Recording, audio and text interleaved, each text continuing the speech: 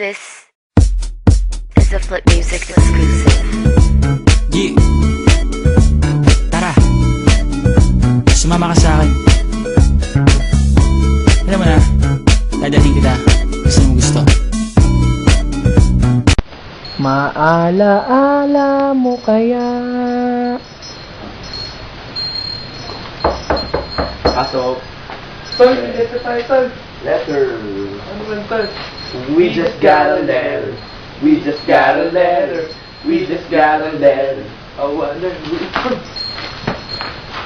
another letter from the name of Joan Aquino.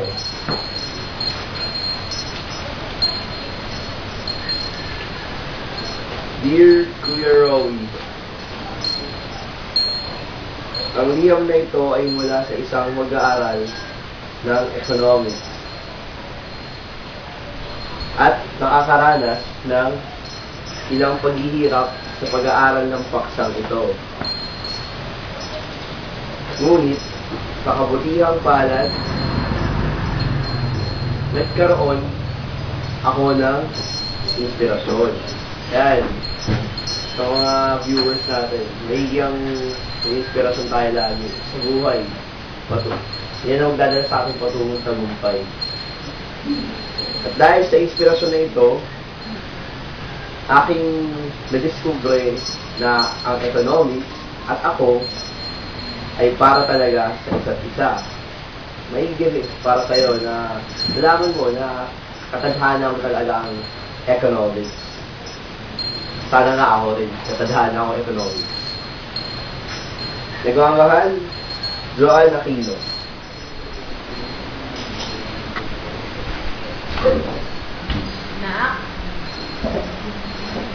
Nak, saan mo ba sa mga mo? Kasi ang daming sabi ko na mahihirap, katulad ng inflation. Oo, yung inflation, yung pagtaas ng mga presyo. Mahirap yun. Tapos meron pa yun yung output growth. Oo, yung output growth, yung pagtangkad ng output. Tapos, ang dami din mga formula dun, lalo sa may unemployment. Oo, yung unemployment. Alam mo yung formula ng unemployment rate. Diba, hindi. Mag-shift ka na lang. Tapos ang dami mo mga formula, yung nasa ulo mo. Na, ano oras na pasok natin? Ayun ba, sige, ingat.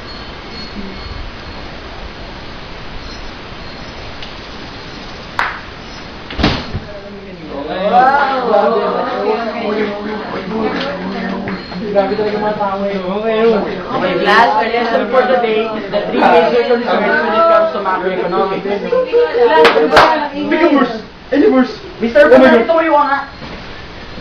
Kala mo, maganda boses mo ha? Oh, Hindi ka na ikinig sa klasiko. busy ako.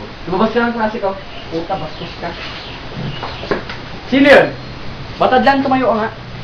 O, sagutin mo yung... Magbigay ka ng isa doon sa mga major concerns sa macroeconomics. Yun lang pa, sir? Gusto mo yung tatlo pa eh. Pero para sa'yo, isa na lang. Inflation. Mayabang ka ha. Pero dahil sa tama sagot mo, sige, mapo ka na. Sir. Inflation.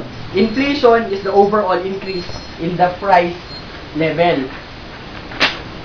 Now, deflation is the decrease in the overall price level. Now, let's take up gasoline as an example.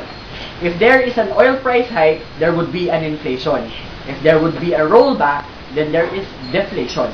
Now, who can give the second major concern when it comes to macroeconomics? Sir, Mr. Diaz. Unemployment. Unemployment. An unemployed person is a person which is 16 years old and above who is not working, who is available for work, and who has made specific efforts to look for one. Now, a person is not included in the labor force if he or she doesn't have a job, either because he doesn't want to have one or he has already given up looking for one. And last but not the least, we can give the last concern. Ms. Ferrer. Output growth. Output growth. Output growth simply means is the increase in the total output being produced. Okay, let's see if you learned something. Ms. Aquino, can you please choose one concern and explain it?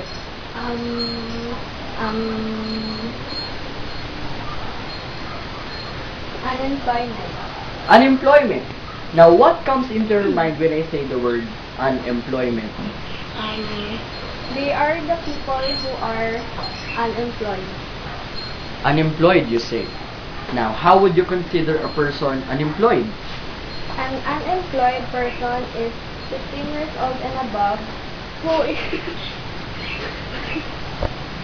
16 years old and above who is not working, who is available to look for a job and has a specific effort to look for work.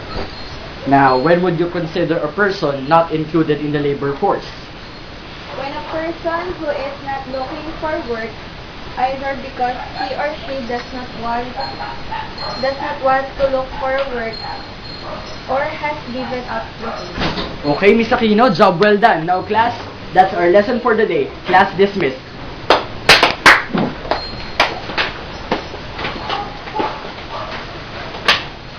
Sa ating napanood na storya, natunghayan natin kung paano nakakuha ng inspirasyon si Joan Aquino patungo sa pag-aaral ng economics. At nalaman din natin sa ating napanood yung iba't ibang terminology sa which is three chief concerns ng macroeconomics. Yun nga yung inflation, output growth, tsaka unemployment. At bilang conclusion, sa bawat pagsubok sa buhay, lagi lang natin tatandaan na kahit gaano kahirap ang buhay, laging merong solusyon. At sa solusyon na yan, kailangan lang natin kumuha ng inspirasyon upang ating malusutan ang butas ng buhay. At dahil tungkol sa economics ang ating palabas, why study economics? Isang tanong na basic pero mahirap sagutin. Actually, hindi naman. We should study economics for us to make better choices. Better decisions, actually. At yun lang, ako nga pala si Kuya Ron.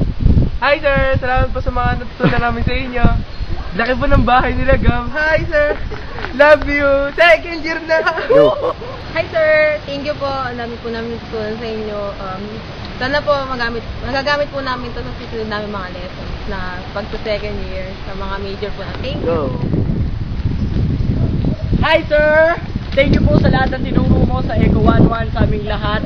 At Eco 11, mga tol, mahal namin kayo. Jinea. Second year na kami! Go. Hi sir, thank you for being our professor. Ayun, goodbye. Thank you sa lahat. God bless. Bye-bye. 3, go! Hi sir! Hi din sa Eco 11. Thank you. Naging professor namin kayo. Sobrang bait nyo. Thank you. Go. Shoutouts kay Sir Ebron. Maraming salamat po naging professor namin kayo sa subject na ito. Maganda yung project na to actually. Yung final output namin na kailangan ng creativity. Talagang marami kaming natutunan dito. Pati dun sa mismong subject, sir. Salamat. Sa Eco 11, sa Agri 11, salamat sa bonding. Second year na tayo! Woo!